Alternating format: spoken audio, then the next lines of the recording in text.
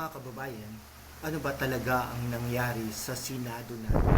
Isang biglang coup, isang tagsibak ni Senate President Tito Soto, at biglang si Alan Peter Cayetano ang bagong leader.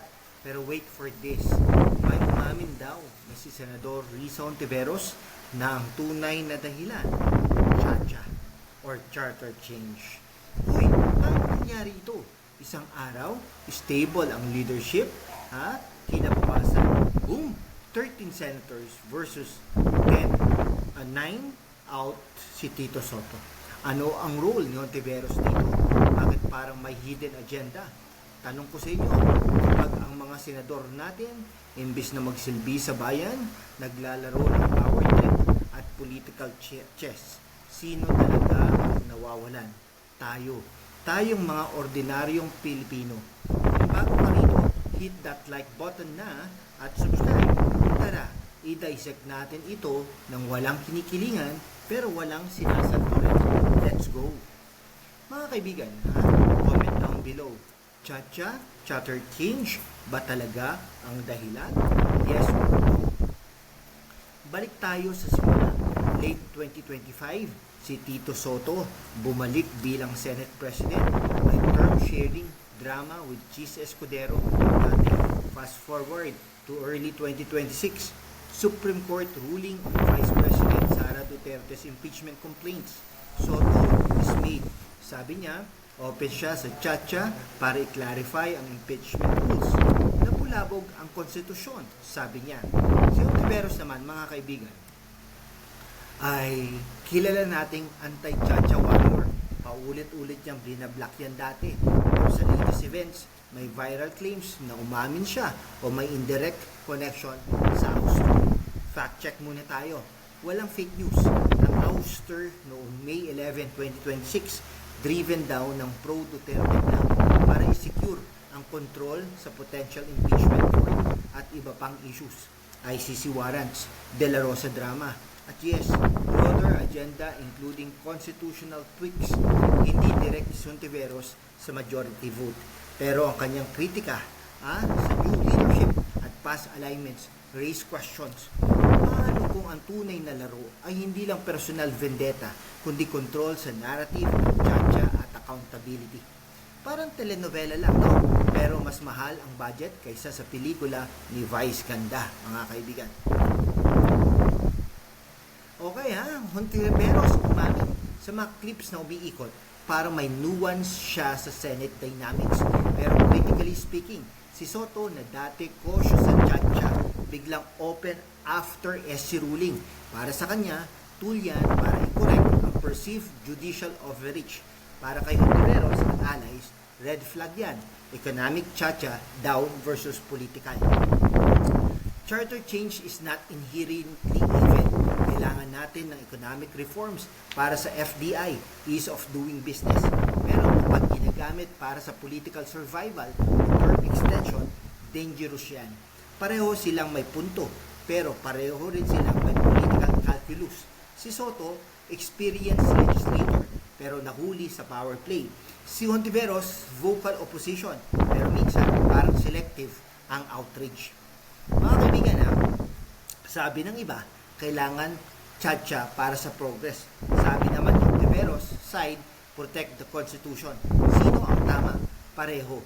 Depende sa intensyon. Governance failures, Senate becoming viral for wrong reasons. De La Rosa chase, protective custody, drama. Si Hontiveros calls for dignity, pero nasaan ang consistency? Si Soto vows order, pero ousted. Public accountability, ICC warrants, drug war issues, impeachment chaos, lahat ito nagpapakita ng deep divisions. Parang mag-asawa na away ng away, pero ayaw maghiwalay kasi maganda ang benefits. Should senators be accountable like ordinary citizens? Poll now, mga kaibigan. Ngayon, vocal on human rights, pero minsan accused of grandstanding or selective. Veteran si Soto, mga kaibigan, funny guy. Actually, bulaga pa yan no? Bulaga. Respected for experience, pero nahulog sa political trap. Both are talented public servants, pero kapag ang ego at alliance ang namamahalan, bayan ang talo. mga kaibigan. So, pause muna tayo ha. Like if galit ka sa political drama, mga kaibigan. Ngayon ay hindi lahat kasalanan, mga kaibigan ha. Hindi lahat kasalanan ni Hontiveros. Okay? May legitimate concerns siya sa Senate dignity. Si Soto naman may track record ng bipartisanship, public reaction, social media divided. Duterte supporters celebrate ouster. Opposition calls it destabilizing. OFWs commenting. Mga kababayan, tigil-tigilan nyo yan. Trabaho mo ha, mga kababayan, mga kabataan, lahat sila pare-pareho. Mga pandemic, di ba? Slow ang response dahil sa politics. Ganito rin ba ulit? Sa mga OFWs, habang kayo naghihirap abroad, dati naglalaro ang powers that be, kailangan natin ng stable governance. Pero para sa job creation sa Pilipinas, Gen Z, millennials, huwag kayong maging trapo. Analyze facts, not emotions. Future nyo ha, kung tsa-tsa, tuloy, economic boom, possible, pero risk sa democracy. Kung hindi, status quo na puno ng red tape. Mga kababayan, sa mundo kung saan ang kasinungalingan ay nangingibabaw, ang katotohanan ang unang sinisikil. Pero kasama kayo, magpapatuloy tayo sa laban, walang takot, walang kinikilingan, at laging handa para sa bayan. Sumali na sa aking YouTube channel membership sa #WalkWithLan at tulungan natin ang channel na maabot ang 100,000 subscribers. Ang inyong suporta ang susi sa kalayaan natin para ipagpatuloy ang pagbabalita ng katotohanan. Salamat at kita-kits sa laban. O mga kaibigan, habang pinag-uusapan natin ito, paano ba maging productive citizen? Mga kaibigan, pet products natin. Trending ngayon, smart automatic feeders for dogs and cats. Why trending? BC, professionals, OFW families. Target natin, pet parents. Katulad ng BC politics, BC ka rin. Let tech handle feeding.